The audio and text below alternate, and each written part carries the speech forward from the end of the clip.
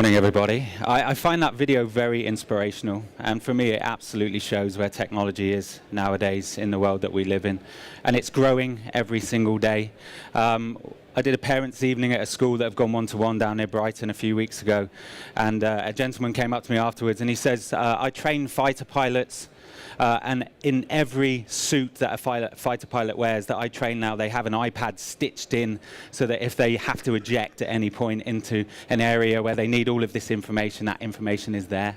I remember getting back on a plane last January with Iberia, and the head hostess lady led me on with an iPad to my seat. And if I looked into the cockpit, all of the pilots had iPads with their worldwide flight information on. The accessibility that technology is starting to have on all of us is amazing. It really is. And I think that video for me really starts to highlight it. The world is changing. The world of technology is very much changing. We're able to work across borders easier than ever before. If we want to have a Skype or a Hangout or whatever it might be to Australia, whatever country it might be, we can do that instantly. The ability to work in other countries is easier than ever before. I was in Estonia last week with a school who've got one-to-one iPad. The ability for me to do that 5 years ago was very, very different. But what that is doing is it's starting to task us as individuals to do more, to do better. And technology is what allows us to start being able to do better and do more. It does open up those barriers that we've had before. So more than ever, and I'm here to talk a bit of education to you this morning, although this does relate to any sector, to be honest. But more than ever, the pressure on schools to be working with technology and deliver certain skills to their students is increasing more than ever before. Apple like to have a look at what's happening in the future, and they went out and asked a lot of global companies what skills were needed within their new workforces. And I'm sure you as business people out there, even schools, whatever it is, IT companies, a retail, corporate sector, you can all relate to this. You can all relate to the fact that nowadays we are looking for these types of skills in our learners. So critical thinking, being able to think on your feet very early on, being IT savvy, IT literate, that's very, very important. Being able to collaborate, being able to talk and plan and project, and being able to innovate. You know, I run a company, there's 11 of us. I have 3 very young lads that we took on in postgraduate form or on apprenticeships. And I can absolutely trust them with my life when it comes to running my business. Now, naively, I don't know what they got at school with their marks and their results. Doesn't matter to me. And again, that's a bit naive of me, maybe. This absolutely matters to me. Yeah. So again, what we're seeing in the school market is that schools really are having to think about what they're delivering into that classroom. Yeah. And these are the types of skills and areas now that we're starting to have to work with teachers on. He's gone one too far. A little bit of finger Tourette's going on there already this morning. Sorry. So these are absolutely the skills that we have to be bringing into the classroom. We need to get students ready for the real world, because the real world is asking for those skills that we've just seen on the previous slide. Results are important, but the skills and ability to do things are more important for me. Again, as a business owner, much more important. And technology has a role to play in engaging every student for me. I'm 43 now. I didn't do very well at school because someone gave me a textbook and said, read that, you've got an exam coming up on it. It meant nothing to me. Now with my technology, I can find out stuff that I didn't know before, stuff I wasn't interested in before. And again, that's very, very important to me. For me as a learner, it's about doing new things, always doing new things with technology. I don't want to buy new technology to do old processes. That's just me. I want to do new things on my new technology. Apple and ourselves now and many others like this model. This model is called the Samir model. It came from the state of Maine about 15 years ago from a Dr. Ruben Pendatora. And they rolled out 8,000 laptops to students in Maine, and they wanted a way of measuring that. And it stands for substitution, augmentation, modification, and redefinition. And we tend to start down here with technology, whether it's in an education environment or in a business environment. We substitute what we've always been doing. We will get our tablet and we go onto the internet and we surf, or we download PDFs or Word documents. Augmentation is when we have a bit more functional improvement. Good for me, okay? I didn't do very well at school. When I'm reading books on my iPad, I press and hold a word and I get a definition. fantastic. Tells me if it's a noun or an adjective. That's really useful for me. Actually, I don't want to admit it, but my eyes at the age of 43 are knackered. I'm going to go and have to go to Boots very soon and sort this out. When I get a postcode on my iPhone, too small, highlight the postcode, press speak function, part of accessibility tools on the iPad, iOS, and it's read out to me. Then I can put it into my sat nav and off I go. Someone did say to me the other day, are you safe to drive a car? Up to about 3 meters, I'm okay. So don't follow me, is what I would say. Now, the top two are what Apple would like you to get to. Modification and redefinition. Again, education doesn't matter. Business, I'm dealing with CP Hart at the moment. They're the guys who have the posh bathroom centres in London, 13 of them. They put iPads in the hands of the salespeople. They don't know what to do with them, yeah, because no one's thought about how we start to modify what we did before, how we redefine what we did before. So modification, how can I modify what I've always done as a teacher, as a business? Redefinition, how can we do stuff that before was impossible with technology? Have a think about that. I'm not asking you to use it, but maybe think back to your schools, your businesses, and think, where have I seen where we are on that model? Are we substituting? Are we a little bit of augmentation? Are we doing new stuff? Have a think about that, because we should be buying new technology to do that. But often without a vision, it's very difficult to actually make that happen. So what does that mean to the education market? Yeah, think about this. For a lot of historical teachers, this is a lot to take in. It's like, Neil, you're coming into my school, you're telling me I've got to use an iPad when I've been delivering my lessons on a very paper-based way for the last few years. There's a lot for teachers to take in. We're here to help with that, but I'm also here to give you a bit of an example how that might look in the classroom. So in a very short amount of time, we're going to do some science, okay? We're going to do some light energy and some chemiluminescence. No one of you out there today thought you were going to come here and see me cut open a glow stick. There was no way any of you thought that was going to happen. I'm going to use the data loggers from Pasco.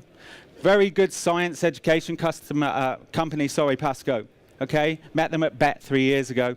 So on my iPad, I'll shut down a little bit. I'm going to go to my settings, because I need to hook to this Bluetooth unit.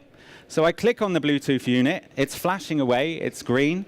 So I should be able to find it, and it's that top one, 02511. So some of you out there, I know, back in the 90s would have been wearing your furry boots, you would have been jumping around with your glow sticks, and you would have thought, why is my glow stick losing its light energy so quickly? Good question. So we are going to measure the decrease in luminance over time of my glow stick solution, okay? But we're also going to find out how a glow stick works, yeah? Okay, so we're connected. That's good. So I'm connected to this. The first thing I need to do is tell you how a glow stick works, okay? So, a lovely little app that we use a lot in education is called Explain Everything. It's a virtual whiteboard. Remember schools, all of that money we spent on whiteboards that we didn't use? This is a virtual one on your iPad. Some of you going, we're with you there, Neil.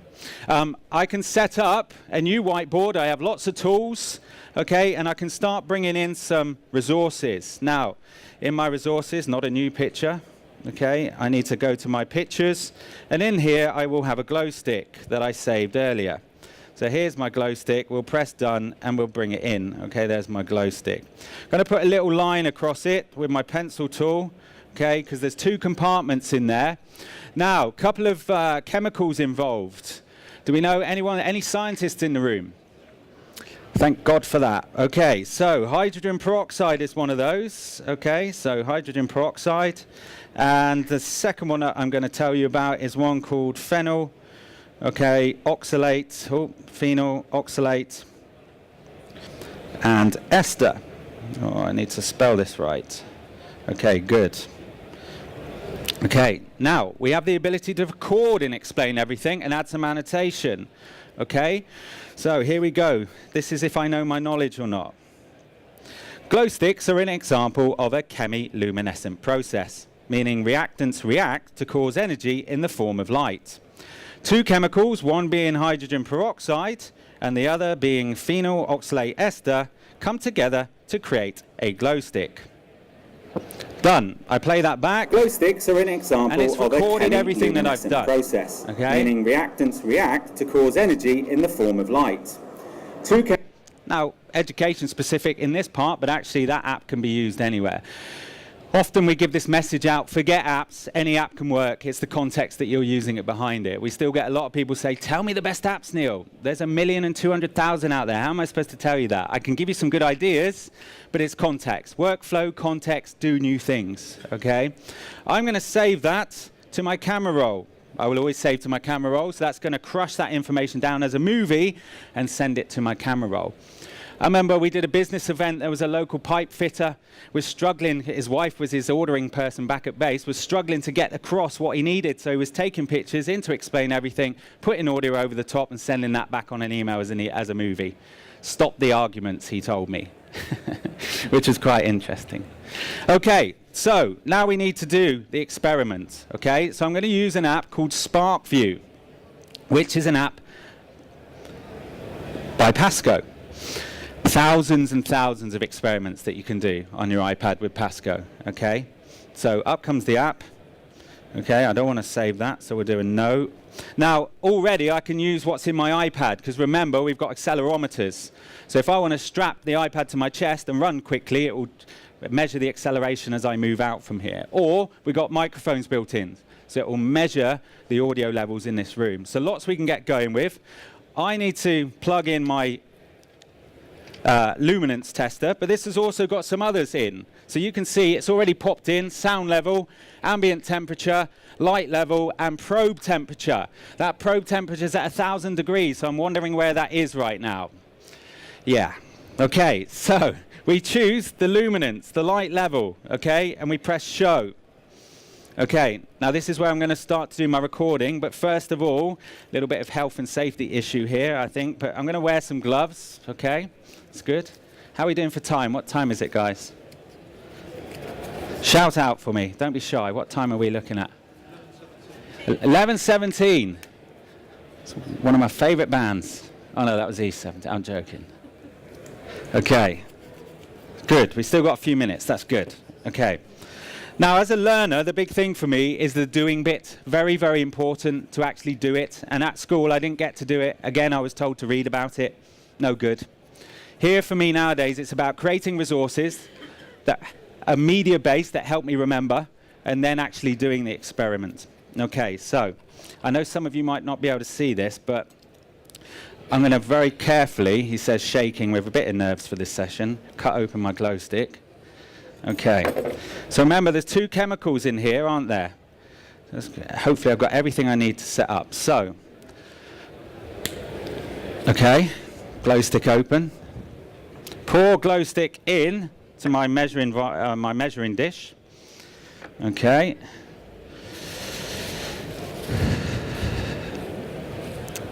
That's good. That can come off. Okay, so glow stick solution coming together to cause light energy. Okay, I'm going to pour that into a little one here, and I'm going to put a darkened vial on the top, because obviously we want to keep the light energy within a darkened area. And then I can place this on top, okay, and hopefully when I press play on here, and we'll, okay, so now over time we can start to see the decrease in that light within my darkened vial. Okay, so that's measuring that. Do about 20 seconds, you can see the luminance coming down. So it does lose its light level quite quickly. You do notice that. So how long we got? Let's do 20 seconds. Okay. Okay, done. Okay, now there's a lot more that I can go in. I can go in and work out max, medium, different levels of measurement. There's a whole host of stuff I can do in this app. It goes far beyond my knowledge of light level. I'm going to export. Okay, so I'd export that data. Because of time, I've already got one that's been exported before. But I would export that potentially on email. On my email, I simply press and hold on that file and choose the app that I want to open it in. Now, the app that I'm going to use to build, again, a bit more of a media-based resource is a spreadsheet app, okay, for us in the Apple world called Numbers. We would say it's our equivalent of Excel, okay? The nice thing about your Apple devices nowadays is when you buy a nice new shiny Apple device, you get all of their software free. Keynote, Pages, Numbers, iMovie, GarageBand, iPhoto, okay? So look, here's one I did earlier, okay? Now, it came into my Numbers app like that, And it comes in with all of the data. So you will see when I open it up, if I come back to sheet 1, look, it brought in all of those experiments, okay? Because remember, there's multiple experiments going on. I took some of that data, as you can see. So I took the first 10 seconds of that experiment, okay? So you can see the luminance decrease. But it's a little bit of a boring spreadsheet. So I need, if we're talking about Samir, to make it a bit more exciting. I guess what I love about Apple is the polished finish that you get as a student. Yeah, Apple are very good at giving you that polished outcome. So as a student, as a person, I want to do more and I want to do better. That's very important to me. So I'm going to add a nice graph. And typical Apple, here's a natural wood graph. Who thinks of natural wood graphs? Only Apple. Okay, I'm going to use a line graph, as you can see. Yeah, now what I need to do is populate that with data. So I just choose the data, drag it out, and it populates that data for me. Yeah, it's a 3D graph, so I get the nice 3D play on it as such, okay? So now I've got a nice graph. Did we have a movie? Yes, we did. So let's bring the movie in. So I go to my plus, I go to my image, I go to my recently added. There it is. We know it's a movie because it's got a little video camera on, and we'll bring that in. Okay, and now my movie, again, I'll make smaller, is now also in my spreadsheet. Glow sticks are an example of a chemiluminescent process, meaning reacting. Already using a few apps, 5 minutes, beautiful, thank you very much, okay? It doesn't matter what apps I'm using. As a student, you've asked me to do a project about light energy. I'm giving you the outcome I want to give you as a student, and that's where Apple have changed this area that we've been in for years, where as a teacher, I've been given something to do with the rest of my class. And of course it's scary for teachers, because now you're saying, well, listen, you can have 15 different files from students to give you that same bit of work. But that's very important if we're going to show ourselves early as a student. I didn't until I went back to uni and found out technology is what inspires me. Went on to run a recording studio, and now I do lots in this sort of space for Apple and partners. I didn't find that out because school didn't allow me to do that. Just to finish off, I hope you like the glow stick. I bet you didn't think you were going to see that today. That's one to tell the grandkids. Let's just finish off, okay? 5 minutes. So I run a company called Trilby.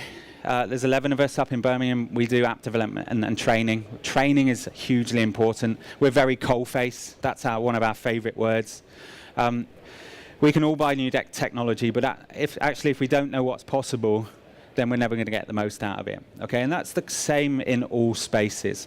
We've been working with Misco for about 6-7 years now, and it's been a very successful partnership between the two of us, because training and support to make sure, especially in education, that we're getting the most out of these devices is very important. The Samir model, we're not just going to get there. Teachers need a lot of help and a lot of support, as well as the people within these businesses that I'm sure you'll hear from today. Apple are fantastic in regards to when you buy a number of iPads, 25 or 50, they give Misco a rebate to go towards a training day, which means someone like myself can come in and give you a great day's training to show you how to use this stuff. So please talk to Misco about that today, because if you're buying 25 or 50, there is a rebate that goes towards some training in the education space. This is. The biggest course for me, and I'll leave it for you guys, is Vision and Plan. Yeah, if you're on a journey, how do you know where you want to get to unless you look at that vision and plan? Yeah, and that's a hugely important course that we deliver all over the UK and beyond. So if you're a business, if you're a school, make sure you're thinking about the why. Why are you buying technology? Why are you putting iPads in the hands of your students, in your teachers, in the people that work in your businesses? Okay. What we do with Misco is actually we write up a technology strategy document for anyone we deliver that course to, so that you've got it down as an actual plan to use going forward. I hope that was useful. It's 25 minutes. It's very difficult to show everything within 25 minutes. I would just leave you with, I think it's a very exciting time for technology, but we've got to push ourselves out there to make sure we're making the most of it. Have a good day.